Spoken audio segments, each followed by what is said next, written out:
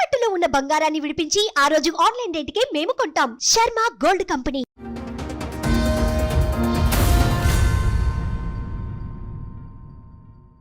2013 లో మ్యారేజ్ అయింది. Arranged marriage ma'am. Screen record ఎట్లా పెట్టావు? ఆయన ఫోన్ లో రికార్డ్ పెట్టేసా? నా ఫోన్ మ్యామ్, వేరే ఫోన్. తన కార్ లో నాకు అనుమానం వచ్చింది. కానీ అంతసేపు రికార్డ్ ఆన్ లో ఎలా ఉంటది? మా అత్తయ్యకి కూడా పూర్తిగా వినిపించకుండా ఇంత గలీజ్ ఉందనంటే వాళ్ళు కూడా ఓపెన్ చేశారు. సో కూతుర్ని లైన్ లో పెట్టాడు, కూతుర్ని పెళ్లి చేసేసుకున్నాడా? ఓకే, కానీ అక్కడ అమ్మతో తప్పు చేసింది, కార్లో మిస్టేక్ చేసింది అన్ని రికార్డింగ్లో వల్గర్గా పడింది.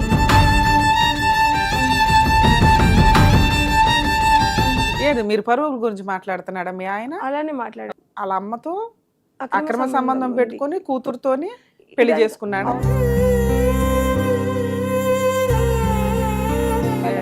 ఆవిడకు భర్త ఉండగా మీ ఆయనతో పడుకొని ఆవిడ కూతుర్ని కూడా పణంగా పెట్టింది.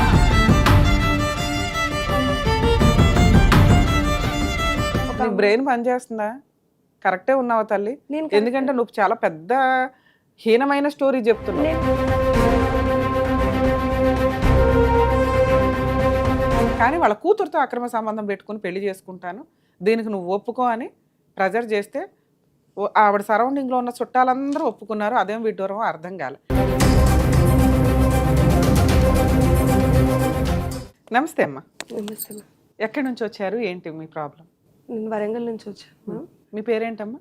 మౌనిక మ్యామ్. యాక్చువల్లీ 2013 లో మ్యారేజ్ అయింది. Arranged marriage ma'am.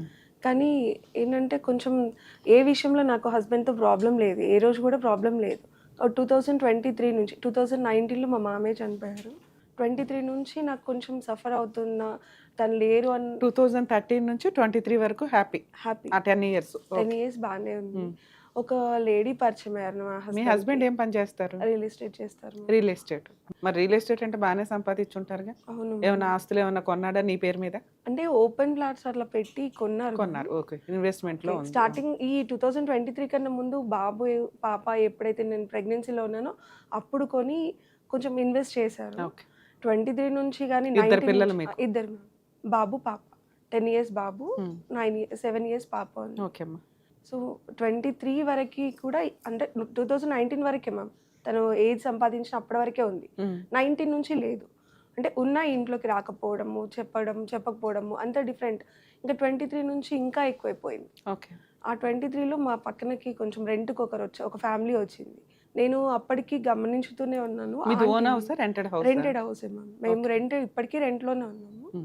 So rent పక్కన రెంటే, అంతకుముందు ఉంది రెంట్, ఇప్పుడు ఉండేది కూడా రెంటే. మా పక్కకి వేరే వాళ్ళు కూడా రెంట్కి వచ్చారు. ఎవరెవరు ఉంటారు ఇంట్లో? మీ అత్త, నేను, అత్తయ్య, మా హస్బెండ్, 2 పిల్లలు. మామయ్య 2019లో ఎక్స్పైర్ అయ్యారు. అప్పటి నుంచి నేను గమనిస్తూనే ఉన్నాను. ఏంటంటే తను బయట తిరగడము, రావడము, ఇంట్లో సరిగా ఉండకపోవడం నాకు గమనించాను. అయినా పర్లేదులే, ఇంట్లో అయితే బాగుంటున్నాడు, పిల్లలతో బాగుంటున్నాడు కదా అని ఎవరికి చెప్పుకోలేదు. అత్తయ్యకి, ఆడపడుచులకు మాత్రమే చెప్పుకున్నాను మ్యామ్. 2023లో ఇంకా ఒకరిని, నేను ఒక ఆంటీ, ఆవిడకి 3 పిల్లలు, తనతో ఎక్కువ క్లోజ్గా మాట్లాడడం, నవ్వడం చూసి కూడా నేను చెప్పాను ఒకసారి. బయట సరదాగా పెద్దవాళ్ళతో మాట్లాడుతూనే ఉంటాం, పక్కింటి వాళ్ళు, ఎదురింటి వాళ్ళతో. అలా మాట్లాడాను. అంత డౌట్ ఎందుకు వచ్చింది? అంటే నేను ఆ ఫ్యామిలీతో నేను కూడా మాట్లాడాను. ఆ టైంలో మా అత్తయ్యకి కొంచెం హెల్త్ ఇష్యూ ఉండేసరికి అక్కడ నుంచి మేము షిఫ్ట్ అయ్యాం వేరే హౌస్కి. అంటే హౌస్ షిఫ్ట్ చేయాలి అంటేనే షిఫ్ట్ చేసాం మేము. తర్వాత నుంచి అప్పుడు తను ఒప్పుకోలేదు. హౌస్ షిఫ్ట్ చేయడానికి కూడా చాలా గొడవ చేసిండ్రు. హౌస్ షిఫ్ట్ అయిన తర్వాత నుంచి ఇంకా ఇంట్లో సరిగా ఉండకపోవడము, నేను బయటికి వెళ్ళినప్పుడు వాళ్ళిద్దరికి అనిపించడం, కార్లో వెళ్తూ ఉంటే వస్తూ ఉంటే నాకు అనుమానం వచ్చి నాది ఒక ఓల్డ్ ఫోన్ రికార్డ్ చేసి కార్లు కింద పెట్టాను. కార్లో సీట్ కింద పెట్టేశాను. అందులో రికార్డింగ్లో టోటల్గా ఆ అమ్మాయి ఆవిడతో మాట్లాడినవి రికార్డింగ్ ఉందా? లేదు మ్యామ్. అయితే నేను ఎప్పుడు దొరికింది మీకు ఆ రికార్డింగ్? 2023లోనే మ్యామ్. 2023 సమ్మర్ ఆ టైంలో, ఫెబ్ నుంచి ఈ టైంలో ఫెబ్లో మ్యామ్. నేను ఎందుకు అట్లా పెట్టానంటే అంతకుముందు అక్కడ ఉన్నప్పుడు చూసాను ఆంటీతో, నేను క్లోజ్గానే మాట్లాడాను. యాజ్ ఎ మదర్గా అనిపిస్తున్నారు ఆంటీ మీరు నాకు, మేము మా మమ్మీకి 3 ఆడపిల్లలము అని బాగా క్లోజ్గా మాట్లాడాను. వయసు ఉన్న ఆవిడతోటి మీ ఆయనకి అక్రమ సంబంధమా? అవును మ్యామ్. అంటే ఇంకా దాంట్లో వేరే కూడా ఉంది. చెప్పండి. సార్ నేను దొరకబట్టిన తర్వాత తను ఆవిడ వయసు ఎంత ఉంటుంది సుమారు? 40+ ఉంటుంది మ్యామ్. మీ హస్బెండ్ వయసు ఎంత? 38 ఉంటుంది. వారిని నాకు 35, తనకి 38 మ్యామ్. 38, ఆవిడ 40. ఇది ఏముందమ్మా, పెద్ద అమ్మ అమ్మ క్యారెక్టర్ లో ఎందుకు ఊహించావు? నేను ఊహించలేదు మ్యామ్, జరిగినది సిచ్యువేషన్. తను కూడా ఆవిడ కొంచెం మీకంటే చిన్న, కొంచెం పెద్దదో, 2-3 ఇయర్స్ లేదు మ్యామ్. యాక్చువల్లీ ఏంటంటే నేను రికార్డింగ్స్ విన్న తర్వాత ఓకే, అక్రమ సంబంధం ఓకే. నేను అనేది మీ అమ్మ వయసు ఉన్న అంత ఆవిడతోటి మీ ఆయన అక్రమ సంబంధం పెట్టుకోలే. ఆయనకంటే 2-3 సంవత్సరాలు పెద్ద ఆవిడతో అక్రమ సంబంధం పెట్టుకున్నాడు.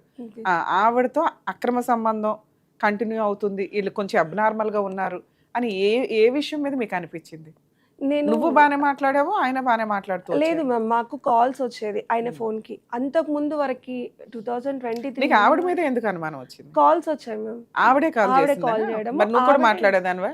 ఎందుకంటే నీకు పరిచయమే కదా ఆవిడ. తన ఫోన్ మ్యామ్, తన ఫోన్ కోసం నేను హలో అన్నప్పుడు నాతో మాట్లాడితే నేను గమనించేదాన్ని. సో నా ఏంటంటే చెప్పండి ఆంటీ అని నేను మాట్లాడేదాన్ని నార్మల్ గా. కానీ తను మా మాట వినేసి కట్ చేశారు. నేను మా అత్తయ్య డిస్కషన్ చేసాం, ఇట్లా కాల్ చేస్తున్నారంటే ఒకసారి మా అత్తయ్య మాట్లాడింది. ఏంటమ్మా ఎందుకు ఫోన్ చేస్తున్నాడు, మేము షాప్లో మాకు డబ్బులు ఇవ్వాలి మీ బాబు అంటే సరే అని పేమెంట్ చేయించాను. ఇంకా అప్పటి నుంచి ఫోన్ సైలెంట్. స్క్రీన్ రికార్డ్ ఎట్లా పెట్టావు? ఆయన ఫోన్ లో రికార్డ్ పెట్టేసి? నా ఫోన్ మ్యామ్ వేరే ఫోన్, తన కార్లో నాకు అనుమానం వచ్చింది. కానీ అంతసేపు రికార్డ్ ఆన్ లో ఎలా ఉంటది? 8 hours పెట్టాను మ్యామ్. 8 hours ఉంది, అందులో కట్ చేసుకున్నాను. ఫోన్ రికార్డులు పెట్టుకోవచ్చట 8 hours 10 hours? నేను అది యూజ్ చేయని ఫోన్ మ్యామ్. 2 phones ఉండే. అంతసేపు రికార్డ్ అయ్యింది. అందులో గుర్తు అంటే తన వాయిస్ విన్నది నేను మా అత్తయ్యకి ఆడపడుచుకి కూడా చూపించాను. మమ్మీ అందులో నీకు ఏమనిపించింది?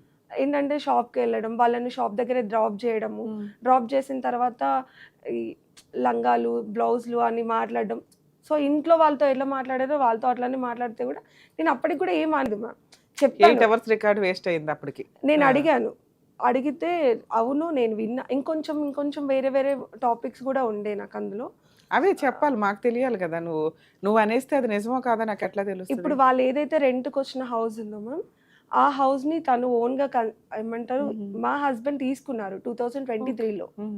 వాళ్ళు ఏదైతే ఉన్నారో ఆ హౌస్ తీసుకొని దాన్ని రినోవేషన్ చేపిస్తున్నారు అన్నట్టు. చేపించేటప్పుడు కాల్స్ చేసి, వేరే వాళ్ళకి కాల్ చేసి వాళ్ళు ఊరు వెళ్తారు, నువ్వు వచ్చి దీన్ని రిపేర్ చెయ్యి, వాళ్ళు ఉండరు అని మళ్ళీ వాళ్ళని మ్యారేజ్ దగ్గర డ్రాప్ చేయడము, ఇవన్నీ విన్నాను. ఇంకా కొంచెం వల్గర్ గా కూడా నాకు ఇంకా చెప్పలేను. అడిగాను మా అత్తయ్యకి కూడా పూర్తిగా వినిపించకుండా ఇంత గలీజ్ ఉందని అంటే వాళ్ళు కూడా ఓపెన్ చేశారు. ఏమంటాడు మీ ఆయన? ఏమంటాడు? లేదు నాకు నిజమే అని ఒప్పుకున్నారు. గుడి దగ్గరికి వచ్చి ప్రమాణం చేశాడు కూడా మ్యామ్. ఏమని? ఇంక నుంచి ఆవిడతో తిరగను నాకు అంటే నేను అప్పుడు ప్రమాణం చేసేటప్పుడు ఇంకో ట్విస్ట్ చెప్పాడు. నేను వేరే ఆమెను మ్యారేజ్ చేసుకున్నా, ఈమె కాదు అని చెప్పేశాడు.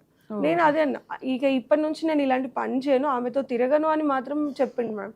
సరే వేరే ఆమెను మ్యారేజ్ చేసుకున్నా అంటే నన్ను భయపెట్టిస్తున్నాడేమో అబద్ధం అనుకున్నాను. అది కూడా నేను చెప్పాను, మా ఇంట్లోనే చెప్పాను, మమ్మీ వాళ్ళకి చెప్పలేదు, అత్తయ్యకి ఆడపడుచులకు చెప్పాను. చెప్తే తను ఏమంటున్నారంటే వచ్చి అడిగారు మ్యామ్. మార్నింగ్ 4 o'clock నుంచి 8 o'clock వరకు వెయిట్ చేసి చెప్పు మ్యారేజ్ చేసుకున్నావు అని బెదిరిస్తున్నావా, నిజం చెప్తున్నావా అంటే లేదు నేను చేసుకున్నాను, వాళ్ళకి కూడా నిజం అలానే చెప్పిండు. వాళ్ళు ఏమన్నారంటే లేదమ్మా నిన్ను బెదిరియడానికి నువ్వు మంచిగా ఉండాలి. నేనేంటంటే మ్యామ్ బయట ఎవరితో తిరిగినా అడగాలి కదా అన్నట్టు అడగడం అంతే. అడిగి ఒక 1 hour లేకపోతే ఈవినింగ్ వరకు గొడవ, మళ్ళీ నైట్ అయిపోయేసరికి సపరేట్ క్లోజ్ అయిపోయేది, ఏం గొడవ ఉండదు. సో ఆ రోజు నేను మ్యారేజ్ చేసుకున్నాను మనిషి మరి చెప్పు ఎవరు అంటే కొంచెంగా నన్ను ఒప్పియడం. నేను ఇంకో ఆమెను నేను చేసుకున్నా, ఆమెకి పిల్లలు పుట్టిరు అని అబద్ధం ఆడాడు. లేదు నేను కరీంనగర్లో ఉంటుందని ఎన్ని అబద్ధాలు ఆడినా లాస్ట్ 2025 ఫిబ్రవరి శివరాత్రి రోజు నన్ను తీసుకెళ్ళి మళ్ళీ అదే గుడికి తీసుకెళ్ళి ప్రమాణం చేసి నేను పెళ్లి చేసుకుంది ఆ అమ్మాయి వాళ్ళ మదర్, నీకు ఆ మదర్ అని చెప్పినా కదా, మదర్ కాదు, నేను మదర్తో తప్పు చేసిన అన్నది నిజమే, కానీ ఆ మదర్ కాదు, నాకు వాళ్ళ కూతురు అంటే ఇష్టం అని చెప్పాడు మ్యామ్. ఆ అమ్మాయి 18 years కూడా ఉంటుందో లేదో నాకు అంత ఐడియా లేదు. తను చెప్పాడు మొన్న June. సో వాళ్ళ అమ్మతో మాట్లాడేది అబద్ధం, ఏదో రొమాంటిక్ గా మాట్లాడేవి ఇవన్నీ కూతుర్ని లైన్ లో పెట్టడానికి. సో కూతుర్ని లైన్ లో పెట్టాడు, కూతుర్ని పెళ్లి చేసేసుకున్నాడా? ఓకే, కానీ అక్కడ అమ్మతో తప్పు చేసింది, కార్లో మిస్టేక్ చేసింది అనే రికార్డింగ్ లో వల్గర్ గా పడినాయి, ఒప్పుకున్నాడు. ఒప్పుకున్న తర్వాత కూడా ఆ రికార్డింగ్స్ నన్ను ఎందుకు తీపిచ్చాడంటే ఇది ఆమె ఏజ్ పెద్దది, నా విలువ పోతుంది, నా పరువు పోతుంది. ఏది మీరు పరువు గురించి మాట్లాడుతున్నాడా మీ ఆయన? అలానే మాట్లాడాడు. వాళ్ళ అమ్మతో అక్రమ సంబంధం పెట్టుకొని కూతురుతోని పెళ్లి చేసుకున్నాడా? అవును మ్యామ్. అయితే ఇంకొక ప్రాబ్లం ఎక్కడ వచ్చిందంటే మ్యామ్, అమ్మతో అక్రమ సంబంధం పెట్టుకున్నాడని వాళ్ళ హస్బెండ్ కి అమ్మ వాళ్ళ సన్ కి చెప్పాను నేను. డైరెక్ట్ గా కాల్ చేసి అమ్మా ఆవిడ భర్త కూడా ఉన్నాడా తల్లి? భర్త ఉన్నాడు, కొడుకున్నాడు, 2 పిల్లలు ఉన్నారు, ఆడపిల్లలు ఉన్నారు మ్యామ్. ఒక బ్రెయిన్ పనిచేస్తుందా? కరెక్టే ఉన్నావా తల్లి? ఎందుకంటే నువ్వు చాలా పెద్ద హీనమైన స్టోరీ చెప్తున్నావు. నేను ప్రూఫ్ తో సహా వచ్చాను మ్యామ్. వాళ్ళ భర్త ఆవిడ భర్త ఉండగా మీ ఆయనతో పడుకొని ఆవిడ కూతుర్ని కూడా పణంగా పెట్టిందా? అంత పనికి మాలిన ఫ్యామిలీ వాళ్ళు. అవును మ్యామ్. అలా ఆయనకి చెప్తే అలా ఆయన ఇంకా కాపురం చేస్తున్నాడా? చెప్తే అలా ఆయన కాపురం చేస్తున్నాడా లేదా? చేస్తున్నారు మ్యామ్. వాళ్ళకు గొడవలు వచ్చి ఒక 6 months అటు ఇటు చేశారు మ్యామ్. మమ్మల్ని కూడా నిద్రపోనీయకుండా కాల్స్ చేయడం, మీ వాళ్ళ ఇంట్లో గొడవలు అవును అంతే కదా అన్నారు. మరి అన్న తర్వాత తను ఏమన్నారంటే, అమ్మా నీ భర్త నా భార్యతో కాదు నా కూతురు కావాలంటున్నాడు, మరి నా కూతురు పెళ్లి చేసుకుంటా అంటున్నాడు, నువ్వు ఒప్పుకుంటే నా బిడ్డని ఇస్తా అని చెప్పేసి నాకు ఆయన అన్నాడా? ఆయన రివర్స్ సూపర్. ఆయన అన్నాడు. అన్న తర్వాత కూడా పోలీస్ స్టేషన్లకు మా మమ్మీ ఏపీఎస్ లో కంప్లైంట్ ఇచ్చారమ్మా? రాచకొండ మెడికల్ పిఎస్ లో నా కూతురు చిన్న ఏజ్ ఉన్న అమ్మాయి మా అల్లుడు పెళ్లి చేసుకున్నాడు అంటే, మా హస్బెండ్ ఏమో మీ అమ్మ వచ్చి పోలీస్ స్టేషన్లో ఎట్లా పెడుతుంది అని ఇంకా కొంచెం కోపం చేసి గొడవ చేయడం, ఇంట్లో చచ్చిపోతా నేను బ్రతకను అని అల్లరి చేస్తే నాకు భయమైంది మ్యామ్. నాకు తెలియదు అసలు ఎట్లా వెళ్ళాలి ఏంటిది అనేది, అర్థం అవ్వలేదు. సరే స్టేషన్కి వెళ్ళావు కదా, అక్కడ ఏం చెప్పాడు మీ ఆయన? గుళ్ళకి వెళ్ళి నీ ముందు దేవుడి ముందు ప్రమాణాలు చేసేస్తున్నాడు, అమ్మతో అక్రమ సంబంధం ఉంది, కూతుర్ని పెళ్లి చేసుకుందాం అనుకుంటున్నాను అని. నువ్వు వెళ్ళి స్టేషన్ లో మొన్న October 11th కి నేను నా పెళ్లి చేసుకున్నా. నేను మనస్తాపం గురి చెంది నేను ఒక రోజు మొత్తానికి ఇంట్లో నుంచి వెళ్ళిపోయాను మ్యామ్. ఎక్కడ అంటే ఇక్కడే ఫిలిం పిల్లలు ఏం చేసావు? పిల్లలు మా అత్తయ్య దగ్గరే ఉన్నారు అప్పుడు. ఓకే. పిల్లలు నైట్ 12 o'clock ఇంకా నేను, ఎందుకంటే ఆమెను తీసుకొచ్చుకొని ఏకంగా ఇంట్లో పెట్టుకున్నాడు ఆ పిల్లని తీసుకొచ్చుకొని. నన్నేమో పిల్లల కోసం అని దగ్గర రెంట్కి పెట్టాడు. తను వచ్చేసేమో ఇదివరకు నేను ఉన్న ఇంట్లోకి ఆ అమ్మాయిని తీసుకొచ్చుకున్నాక అత్తయ్య నా దగ్గరికి వచ్చిండ్రు. ఇంకా తను ఆ అమ్మాయి ఇద్దరే ఉన్నారు. అసలు మీ అత్తగారిని తీసుకురావాల్సింది, అప్పుడు ఇంకా తెలిసేది మనకి నిజాలు ఏంటి అని. ఇలాంటి ఒక ఇది జరిగిద్దా? సొంత భార్య ఉంది, ఆ అమ్మాయి పోలీస్ స్టేషన్ చుట్టూ తిరుగుతుంది, కేసులు వేయడానికి రెడీ అవుతుంది, అత్తగారు ఇంట్లో ఉన్నారు, కొడుకు ఇంకెవతనో తీసుకొచ్చి ఇంట్లో పెడితే మీ అత్తగారు ఊరుకుంటుందా? అత్తయ్య ఆడపడుచు ఏమన్నారంటే, ఇదంతా 2 భార్యలు ఉన్న వాళ్ళు ఎవరు లేరా అంటే, నేను అప్పటికి ఫస్ట్ నుంచి మొత్తుకునేది మదర్తో అక్రమ సంబంధం పెట్టుకున్నాక బిడ్డను ఎట్లా చేసుకుంటారు లేకపోతే ఓకేనా నీకు? మదర్తో అక్రమ సంబంధం లేకపోతే మరి ఆ విషయం మాట్లాడదాం ఫస్ట్. నేను అదే అన్నాను, నాకు ఎట్లా నేను 2 పిల్లల తల్లిని, ఆయన 2 పిల్లల తండ్రి అని తెలుసు, అతనికి 38 years ఉంటాయని తెలుసు, ఆమెకి 18 years, ఎట్లా ఒప్పుకుంటున్నారు వీళ్ళు? ఎందుకు వాళ్ళ ఆయన ఒప్పుకుంటున్నాడు, వాళ్ళ అబ్బాయి ఒప్పుకుంటున్నాడు, వాళ్ళ కూతురు ఒప్పుకుంటుంది, మీ అత్త ఒప్పుకుంటుంది, మీ ఆడపడుచు ఒప్పుకుంటున్నారు, ఎందుకు? ఏ సమాజంలో ఉన్నారు మీరు? వాళ్ళు ఎందుకు ఒప్పుకుంటున్నారు? నన్ను కూడా బలవంతం చేశారు మ్యామ్. ఒప్పుకోమనా? సరే నువ్వు ఒప్పుకుంటే ప్రాబ్లం క్లియర్. నేను ఒప్పుకుంటే ప్రాబ్లం క్లియర్ అవుతుందని నన్ను బలవంతం చేస్తే, ఒక రోజు ఇంట్లో ఎవరు లేరు. ఒప్పేసుకున్నావా? లేదు మ్యామ్. అయితే నార్మల్ గా ఒకసారి చూపిస్తాను. ఇలాంటి పేపర్ తీసుకొచ్చి వాళ్ళ ఫాదర్, బ్రదర్, మా హస్బెండ్, ఆ అమ్మాయి గుడి దగ్గరికి వచ్చి, నువ్వు ఆ అమ్మాయికి నిజంగానే నా హస్బెండ్ అంటే ఇష్టమా, ఎందుకంటే ఆమె ఏజ్ చిన్నదని నేను అడిగితే నేను ప్రమాణం చేసి నాకు నీ హస్బెండ్ అంటే ఇష్టం అనేసి నాతో ఇలా రాపించుకున్నారు మ్యామ్. నీతో రాయించుకున్నారు. నేను అంటే నేను ఇక ఈయన మారడు మనిషి అని, దాదాపుగా 8 years నేను తనతో 8 months తనతో స్ట్రగుల్ అవుతున్నా. ఆల్రెడీ 2 years నేను ఈ ప్రాబ్లమ్ ఫేస్ చేస్తున్నా అని చెప్పేసి, ఇంకో నాకు పిల్లలకి ప్రాపర్టీ అంతా రాసేసి నువ్వు ఎక్కడైనా చావని అంటే, నాకు అట్లా వాళ్ళ అమ్మాయి వాళ్ళ నాన్న అన్నయ్య సైన్ చేసి ఇచ్చారు. అయితే ఈ పేపర్ కోర్టుకు కానీ దేనికి కానీ చెల్లదు కదా, నేను డైవర్స్ తీసుకున్నట్టు కాదు కదా. మొన్న ఆగస్టులో రాసుకున్నారు. నేను ఎవరి పేరు? ఓకే, వాళ్ళ నాన్న, అమ్మాయి వాళ్ళ నాన్న. నా ఇంటికి నా బిడ్డ కోసం ఇల్లరికం అల్లుడుగా వస్తున్నా, అప్పుడప్పుడు వస్తూ ఉంటాడు, అప్పటి నుండి పలానాకి ఏం జరగకుండా చూసుకునే బాధ్యత నాది. నా బిడ్డ కోసం ఇంటికి అప్పుడప్పుడు వస్తూ నా బిడ్డతోనే ఉంటున్నప్పుడు తనకి ఏం జరగకుండా ఎన్నిసార్లు రాస్తారు ఇది? మా ఇంటికి మాత్రమే వస్తాడు, తనని ఇంకా ఎక్కడికి తీసుకెళ్ళను తెలియకుండా తీసుకొని వెళ్ళాము. నీకు తెలియాల్సినవి నీకు చేయాల్సినవి చేసిన తర్వాత నుండి మా ఇంటికి రావడానికి అనుమతిస్తాము. ఏముంది ఇందులో? ఆ పేపర్ అడ్డు పెట్టుకొని పెళ్లి చేసుకున్నారని చెప్తాను. అడ్డే ఉందమ్మా, అసలు ఇందులో ఏముంది తల్లి? తన ఇంటికి అమ్మాయి వాళ్ళ ఇంటికి తీసుకొచ్చుకుంటాను, వాళ్ళ ఇంటికి వెళ్తాను అని చెప్పేసి ఈయన అప్పటి నుంచి దాదాపుగా 8 months నుంచి మ్యామ్. ఇందులో ఏమీ లేదు. ఏదైనా ఉంటే పేపర్ పనికి వస్తుంది, పేపర్ పనికి రాకపోవడం ఏమి ఉండదు. ఇందులో నువ్వు చెప్తున్న స్టోరీ ఏమీ లేదు. పలానా వ్యక్తి నీ ప్రాబ్లమ్ సాల్వ్ అయినాక మా ఇంటికి వస్తాడు, అప్పటిదాకా మేము ఎంటర్టైన్ చేస్తామని. ఇంకో పేపర్ ఉంది, అదేంటిది? ఇది నా హస్బెండ్ రాసిచ్చారు. ఏం రాశాడు? ఆ పేపర్ కోర్టులో పనికి రాకపోవడం కాదు తల్లి, పేపర్లో ఏమీ లేదు. ఏమీ లేనప్పుడు అది ఎందుకు ఉపయోగపడుతుంది? అదే టైంకి ఈయన కూడా రాశాడా? నేను రాసిచ్చింది తన దగ్గర ఉంచుకున్నాను. ఇంటికి ఇల్లరికంగా పోయి ఇల్లరికం అనే ఎవరింటికి ఇల్లరికం? వాళ్ళ ఇంటికి. నా పిల్లలకి ఏ లోటు లేకుండా అన్ని బాధ్యతలు నేను చూసుకుంటాను. నా తల్లిగారి కుటుంబాన్ని దూరంగా పెట్టి పిల్లలకి అన్ని ఆస్తులు రిజిస్ట్రేషన్ చేసి ప్రతి ఇయర్ తులం బంగారం పాపకి కొంటూ నా భార్య దగ్గర పెడతా. నా భార్యకి ప్రతి నెల ఇంటి అవసరాల నిమిత్తం 10,000 చేతికి ఇస్తా. ఇక ముందు ఇస్తే చాలా నీకు ప్రతి పైసా? ఆ రోజు జరిగిన నేను ఒప్పుకోకపోతే జరిగిన ఇది మీ ఆయన రాసిచ్చిన ఆఫర్ లెటర్ కింద లెక్క. నేను ఇట్లా మెయింటెనెన్స్ ఇస్తాను, ఆస్తిలో వాటా ఇస్తాను, ఆ అమ్మాయితో వేరే పెళ్లి చేసుకుని ఇల్లరికం ఉంటాను అక్కడ, నీకు మాత్రం ఇవన్నీ చేసి పెడతాను అని ఆయన రాస్తే నువ్వు ఒప్పుకోవాలి కాదు, వేరే సంగతి. నా చేతో తను రాపించుకున్నాను మ్యామ్. సేమ్ ఇది ఏమని? ఓకే ఓకే అని. అంటే సరే నేను రాసేసావు ఆగస్ట్ లో. ఇప్పుడు మీ ఆయనతో కలిసి ఉన్నావా, దూరంగా ఉంటున్నావా? నన్ను దూరం పెట్టాడు మ్యామ్. అంటే ఎవరి దగ్గర ఉంటున్నావు నువ్వు? నేను నా పిల్లల్ని తనే పక్కన రెంట్ కి పెట్టాడు. రెంట్ కడుతున్నాడు, మెయింటెనెన్స్ కడుతున్నాడు. మెయింటెనెన్స్ ఏం ఇవ్వట్లేదు కానీ రెంట్ కడుతూ సామాన్ ఒకటి తీసుకొచ్చి పిల్లల్ని అప్పుడప్పుడు బయటికి స్కూల్ ఫీజులు అవి కడుతున్నాడు.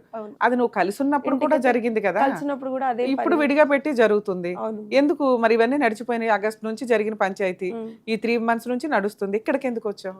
లేదు మ్యామ్, నేను అప్పటి నుంచి ట్రై చేస్తున్నా, నాకు ఇక్కడ రావడానికి ఆప్షన్ దొరకలేదు. ఓకేనా? అసలు ప్రాబ్లమ్ సాల్వ్ చేసేసుకున్నారు కదా, ఏమి ఎక్స్పెక్ట్ చేస్తున్నారు? లేదు మ్యామ్, నేను యాక్చువల్లీ అక్కడ మదర్ డాటర్ అన్నది నేను ఫస్ట్ నుంచి అగెనెస్ట్ గానే ఉన్నా.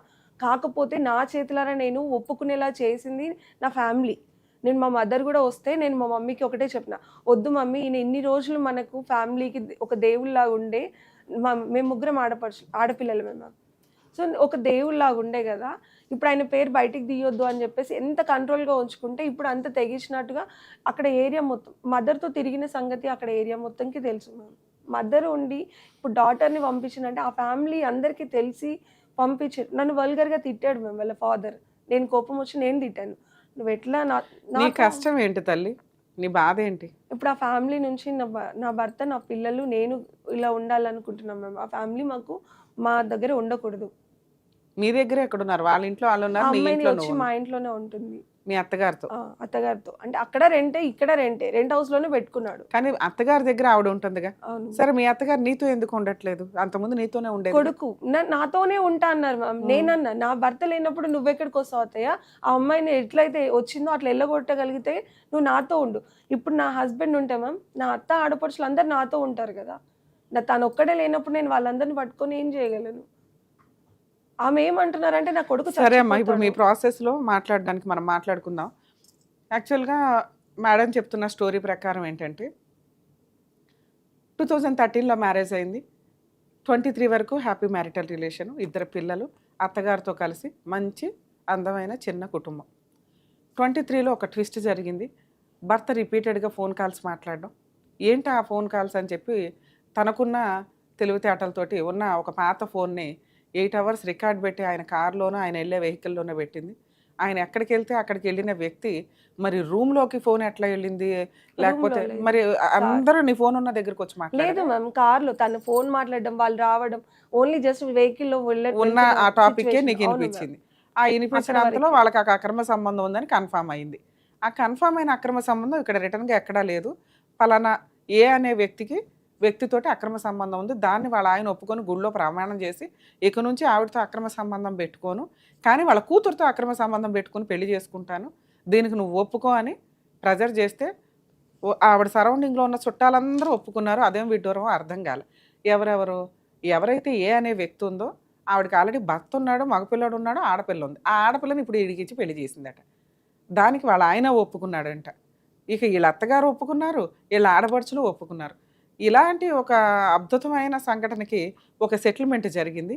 అది ఈయన ఆ లెటర్లో ఎక్కడా కూడా వాళ్ళ హస్బెండ్ నేను పలానా అమ్మాయిని పెళ్లి చేసుకొని అక్కడ ఉంటాను అని రాయల. ఆయన ఏం రాశాడు అంటే, ఇదిగో నిన్ను వేరే పెడతాను, నీకు మంత్లీ మెయింటెనెన్స్ 10,000 ఇస్తాను, 2 పిల్లల పంచాయతీ నేనే చూసుకుంటాను, వాళ్ళ మెయింటెనెన్స్ చదువులు చూసుకుంటాను అలా అనేది ఏదో సెటిల్మెంట్ చేసుకున్నట్టు ఒక అగ్రిమెంట్ రాశాడు. పోలీస్ స్టేషన్లో పిటిషన్లో రాశాడు మ్యామ్. నేను October 11th నేను పెళ్లి చేసుకున్నా, 12th నా పెద్ద భార్య ఇంట్లో నుంచి వెళ్ళిపోయిందని నేను మిస్సింగ్ కంప్లైంట్ ఇచ్చాను నా పేరు. ఆయన నేను అది రెండో complaint అమ్మాయిని లో పెళ్లి చేసేసుకున్నాను చేసుకున్నాను. అన్నాక నీకున్న బుద్ధికి రూల్ ప్రకారం కేసు ఫైల్ చేయాలి. మేము పోలీస్ స్టేషన్ చుట్టూ తిరుగుతున్నాను మ్యామ్. కాదు, నీకున్నవి రెండే ఆప్షన్స్. ఓకే. ఈ రోజు వాళ్ళు ఏంటంటే ఇవి proof చేతులు అడుగుతున్నారు. జరిగిపోయినాయి. ఒక్క నిమిషం నాన్న, క్రైమ్ జరగటానికి ముందు మా వంతు ప్రయత్నంగా మేము పిలిచి సెటిల్మెంట్ చేయడమా, కౌన్సిలింగ్ ఇవ్వడమా, లేకపోతే ఎంతవరకు లా ఉంటుందనేది కౌన్సిలింగ్ కూడా ఎక్స్ప్లెయిన్ చేసి జరిగింది మ్యామ్. మేడం వినండి, ఇవ్వడానికి ఒక అవకాశం ఉండేది. మీకు ఆల్రెడీ మీరు ఇంట్లో నుంచి బయటకు వచ్చి సపరేట్గా ఉంటున్నారు, మీ హస్బెండ్ మెయింటెనెన్స్లు చూసుకుంటున్నాడు, ఆయన ఆల్రెడీ వేరే పెళ్లి చేసేసుకున్నాడు, దానికి సంబంధించి మీకు పోలీస్ స్టేషన్లోనే ఒప్పుకున్నాడు, ఆయన అక్కడ ఉంటున్నాడు, ఆ భార్యను తెచ్చి మీ అత్తగారి దగ్గర పెట్టారు. ఇప్పటికిప్పుడు నేను పిలిచి ఆ మ్యారేజ్ జల్లదు అని దులిపేస్తే ఆయన యాక్సెప్ట్ చేయడు. అర్థమవుతుందా? ఆయన ముదిరిపోయాడు. ఇన్సిడెంట్లో ఒక అమ్మాయి ఇంట్లోకి రావడానికి ముందే మనం ఆపాల. ఆ రోజు ప్రాబ్లం సాల్వ్ అయితే చాలు అని మీరేమో ఒప్పేసుకొని ఈ రోజున మీకు కష్టంగా అనిపించింది 2 నెలలకి. భూప్రపంచంలో ఏ స్త్రీ, ఏ మహిళ కూడా, ఏ వైఫ్ కూడా సెకండ్ ఆవిడని యాక్సెప్ట్ చెయ్యరు. లేదు. అది తినడానికి అవకాశం ఉన్నా లేకపోయినా. ఒకవేళ తినడానికి అవకాశం లేదు, గతి లేక నేను బతుకున్నానండి, నేను సర్దుకుంటున్నానండి అనే అమ్మాయి సంపాదించడం ఎట్లా అని ఆలోచిస్తున్న రోజులు ఇవి. ఆడేసే ముష్టి నాకెందుకు, వాడేమో నాకు అన్యాయం చేసి నా గొంతు కోసి ఇదిగో గొంతు కోస్తున్నానని చెప్పి మరీ కోసాడు.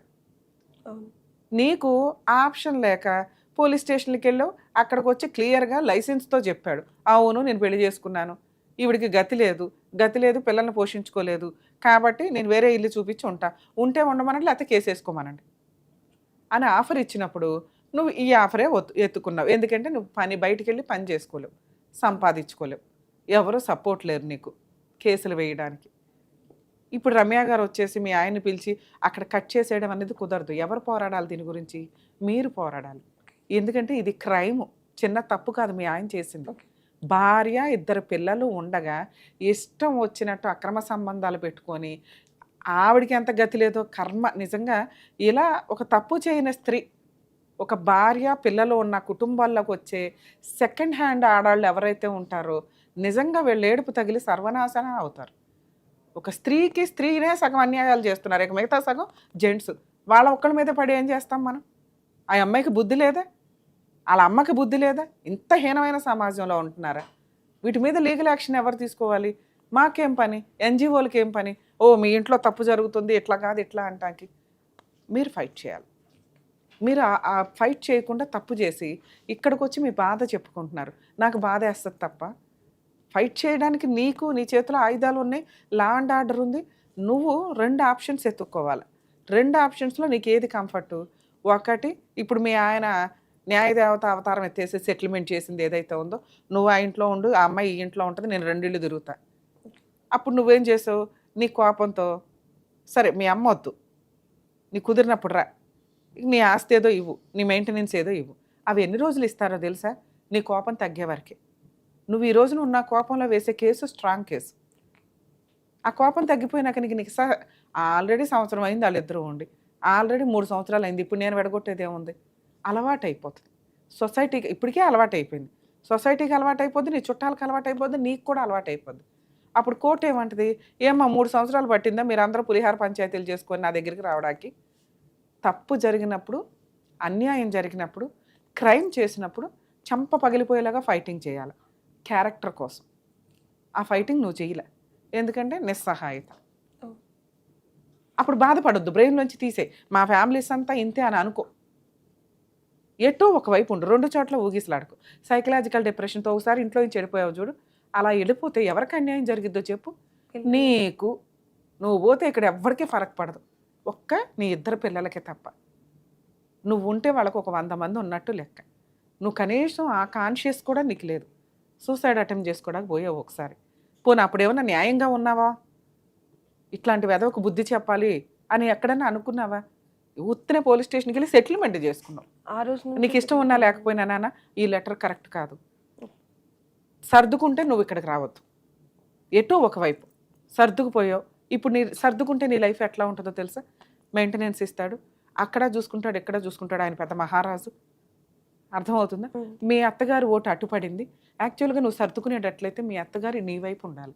అప్పుడు నువ్వు పెద్ద కోడలివి, నీ క్యారెక్టరు నువ్వు ఆల్రెడీ నీ భర్తతో కలిసి ఉన్నట్లే ఆవిడ కీప్ అవుతుంది. సెకండ్ మ్యారేజ్ లీగల్గా వ్యాలిడ్ కాదు కదా. నువ్వు మా ఆయనే లేనప్పుడు నువ్వెందుకు అనేయటం వల్ల మీ అత్తగారు ఉంటే 2 సార్లు వచ్చి మీ ఆయన 4 సార్లు వస్తాడు. నీ పిల్లలకి తండ్రి ఉంటాడు, నీకు భర్త ఉంటాడు. కీప్ బయట ఉన్నట్టు లెక్క. నువ్వు మీ అత్తగారిని ఇక్కడ తెచ్చుకోకపోవడం వల్ల అక్కడ సెకండ్ భార్య మంచిది, సెకండ్ భార్య అయింది, కీప్ అవల. ఓకే, సెకండ్ భార్య మంచిది, అత్తగారిని పువ్వుల్లో పెట్టుకొని చూసుకుంటుంది. ఫస్ట్ భార్య గయాళి గంప బయటికి వెళ్ళిపోయింది పిల్లల్ని తీసుకొని. అమ్మో మా పిల్లోడు కష్టపడిపోతున్నాడమ్మా, తెచ్చిన 10 రూపాయలు అక్కడ 5 రూపాయలు ఇక్కడ 5 రూపాయలు ఇవ్వలేక అని మళ్ళీ వేలు నీ వైపే చూపిస్తున్నారు. అలాంటి హీనమైన కుటుంబ ఫ్యామిలీ సర్కిల్ నీది. అర్థమవుతుందా? సో సర్దుకుంటే మీ అత్తగారిని కూడా తెచ్చుకొని నువ్వు పెద్ద భార్య, ఆవిడ కీప్ అనే క్యారెక్టర్ వచ్చేలాగా చూసుకొని ఎక్కడికక్కడ ఫైనాన్షియల్ కంట్రోల్ నీ గ్రిప్లో పెట్టుకుంటూ ఉండు. అయిపోయింది, సర్దుకున్నావు. సర్దుకుంటే పూర్తిగా ఇక లౌక్యం ప్రదర్శించు. చాణక్య లౌక్యం అంటారు చూడు, అన్ని తెలివితేటలు ప్రదర్శిస్తూ ఫైనాన్స్ మీద కాన్సన్ట్రేట్ చేయి. ఎంత ఇన్కమ్ వస్తుంది, అక్కడ ఎంత పంపిస్తున్నాడు, అక్కడ 3 రూపాయలు వెళ్ళాలా, ముందు పిల్లల మీద ఆస్తులు కానీ ఇవన్నీ రాశాడు కదా, అవి స్ట్రాంగ్గా వచ్చేలాగా రాయించుకో. ముందు ప్రాపర్టీ రిజిస్ట్రేషన్ కంప్లీట్ చేయించు. నువ్వు ఫస్ట్ ఆప్షన్ చూస్ చేసుకున్నా, రెండో ఆప్షన్ చూస్ చేసుకున్నా కూడా ప్రాపర్టీలు ఏదైతే రాసిస్తానన్నాడో ఈ టైంలో రాసిందే రాసినట్టు, తర్వాత రాయరు. అర్థమవుతుందా? ప్రాపర్టీలు రాయించుకో, అత్తగారిని తెచ్చి నీ దగ్గర పెట్టుకుంటూ ఉండు. ఆవిడ క్యారెక్టర్ కరెక్ట్ కాదనేది నువ్వు చెప్పకుండానే చెప్పినట్టు అవుతావు. ఇక సెకండ్ ఆప్షన్, సర్దుకోలేకపోతున్నాను మేడం, నాకు నరకంగా ఉంది సైకలాజికల్గా, అర్జెంటుగా ఒక లాయర్ని పెట్టుకో. పోలీస్ స్టేషన్లో బైగామీ కేసు రిజిస్టర్ చేయి, అరెస్ట్ అవుతారు వాళ్ళిద్దరు. ఓకే, కాకపోతే నీకు భర్త ఉండడు దగ్గర, నీ ఇల్లు నువ్వు నడిపించుకోవాలా, నీ పిల్లల ఫీజులు నువ్వు చేసుకోవాలా, నీ కుటుంబం నువ్వు రన్ చేసుకోవాలి. అత్తగారు ఉండదు, ఉండాల్సిన అవసరం లే. తోలు తీస్తే అందరికీ తీయాలి నువ్వు. ఎవరెవరికి? ఆ ఉంచుకున్న ఆవిడకి, మీ ఆయన చేసుకున్న అత్తగారితో అక్రమ సంబంధం పెట్టుకున్నాడుగా, ఆవిడ్ని, ఈవిడ్ని, వాళ్ళ ఆయన్ని, మీ అత్తగారిని, మీ ఆడపడుచులు మొత్తం అందరినీ చుట్టేయడమే. ఒక భద్రకాళిలాగా న్యాయ పోరాటం చేయడానికి నువ్వు ముందుకెళ్తే పోలీస్ స్టేషన్లో కేసు, సఖీ సెంటర్లో మెయింటెనెన్స్, ఇప్పుడు ఆయన ఏదో దానం చేస్తున్నాడు చూడు, అది నువ్వు హక్కుగా వసూలు చేసుకోగలుగుతావు. మెయింటెనెన్స్, నీకు పిల్లలకి మెయింటెనెన్స్ ఈజీగా వస్తుంది. ప్రాపర్టీ షేర్లు ఇప్పుడు ఇవ్వడగా మనం కోర్టు దాకా వెళ్తే, కానీ కోర్టు ద్వారా డొమెస్టిక్ వైలెన్స్ కేసులో నువ్వు వసూలు చేసుకోవచ్చు. ఈ 2 కేసులు, ఒకటి వాళ్ళు అరెస్ట్ అవుతారు, 2 నీకు ఇస్తానన్న మెయింటెనెన్స్ 6 మంత్స్ 8 మంత్స్ పడితే తప్ప ఖచ్చితంగా నీకు ఫ్రీ లీగల్ ఎయిడ్ దొరుకుతుంది. మెయింటెనెన్స్లో ఆస్తుల వాటా కూడా నీ పిల్లలకి వస్తుంది. ఎందుకంటే ఇది చాలా పెద్ద కేసు. తప్పు చేసిన వాళ్ళని క్షమించి కాపురాలు నిలబెట్టుకోవచ్చు. అక్రమ సంబంధం పెట్టుకున్నాడు, సరే 2 పిల్లలు నువ్వు సర్దుకుందాం అనుకుంటున్నావు కాబట్టి పోన్లేనైనా కౌన్సిలింగ్ ఇచ్చి ఇట్లా అని అనొచ్చు. క్రైమ్ చేసేసాడు. భార్య ఉండగా ఒక లైసెన్స్గా ఇంకో అమ్మాయిని పెళ్లి చేసుకున్నాడు. ఇలాంటి వ్యక్తిని క్షమించమని నేనైతే అనను. సెకండ్ ఆప్షన్ చూసుకోమని చెప్తా.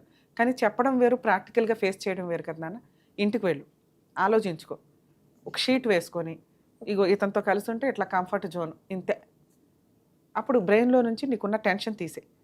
కనీసం నేను చెప్పినట్టు మీ అత్తగారిని నీ దగ్గర పెట్టుకొని నువ్వు ఫస్ట్ భార్య, ఆవిడ కీప్ అనే క్యారెక్టర్ని ఇది చేయి. లేదా లీగల్గా దిగిపో, అడ్డంగా వెళ్ళు. 5 years అన్న ఫైటింగ్ నడుస్తుంది. మ్యాక్సిమం 1.5 yearలో నీకు మెయింటెనెన్స్ అయితే ఆర్డర్ అవుతుంది. నువ్వు కేసు వేసిన దగ్గర నుంచి నీకు 498 case free. Domestic violence case Sakhi సెంటర్కి వెళ్ళి వేసుకో, అది కూడా ఫ్రీ. సరే, కొంచెం ధైర్యంగా ఉండు నాన్న. రెండిట్లో ఏదో ఒకటి, 2 బ్రెయిన్లో పెట్టుకొని ఇబ్బంది పడమాకు. ఎందుకంటే ఇక్కడ ఒక్కసారి బ్రెయిన్లో డ్యామేజ్ అయ్యింది ఆలోచన విధానం అంటే అది బాడీ మీద పడుతుంది, పిల్లల మీద పడుతుంది. సర్దుకుంటే పూర్తిగా సర్దుకో, లేకపోతే పూర్తిగా బయటకు వచ్చి వాళ్ళు తోలుతాయి.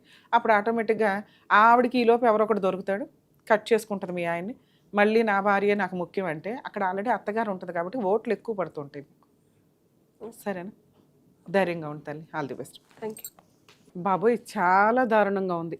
అంటే తప్పు చేస్తే అక్రమ సంబంధాలు పెట్టుకుంటే సరే పిల్లలు ఉన్నారు కదా, కౌన్సిలింగ్ ఇచ్చో లేకపోతే ఇంకో రకంగానే సర్దుకోండి అని చెప్పొచ్చు. కానీ పాపం ఒక నిస్సహాయ స్త్రీ అని తెలిసి కూడా ఒక భర్త దేవుడితో సమానం ఒక భార్యకి, కానీ ఇంకొక స్త్రీని తీసుకొచ్చి ఇదిగో ఈ అమ్మాయితో నేను పెళ్లి చేసుకున్నాను అంటే అది క్రైమ్ కింద లెక్క ప్రజెంట్ మనకున్న లా అండ్ ఆర్డర్ ప్రకారం. సో అటువంటి వ్యక్తులు నిజంగా ఫైట్ చేయాలి అనుకుంటే పోలీస్ స్టేషన్లో 498 కేసు, బైగామీ కేసుతో పాటు సఖీ సెంటర్లో 4 DVC కేసులు కూడా ఫైల్ చేయొచ్చు. కానీ వీళ్ళకి బ్యాక్గ్రౌండ్లో సరిగ్గా ఏం సపోర్ట్ లేకపోవడం వల్ల చాలామంది పాపం సైకలాజికల్గా డిప్రెషన్లోకి వెళ్ళటమో, సూసైడ్ అటెంప్ట్స్ చేయడమో చేస్తున్నారు. దయచేసి న్యాయం కోసం పోరాడండి. ఎందుకంటే క్రైమ్ జరిగినప్పుడు సర్దుకోవడం అనేది మనం సొసైటీలో క్రైమ్ని ఇంక్రీజ్ చేసిన వాళ్ళం అవుతాం.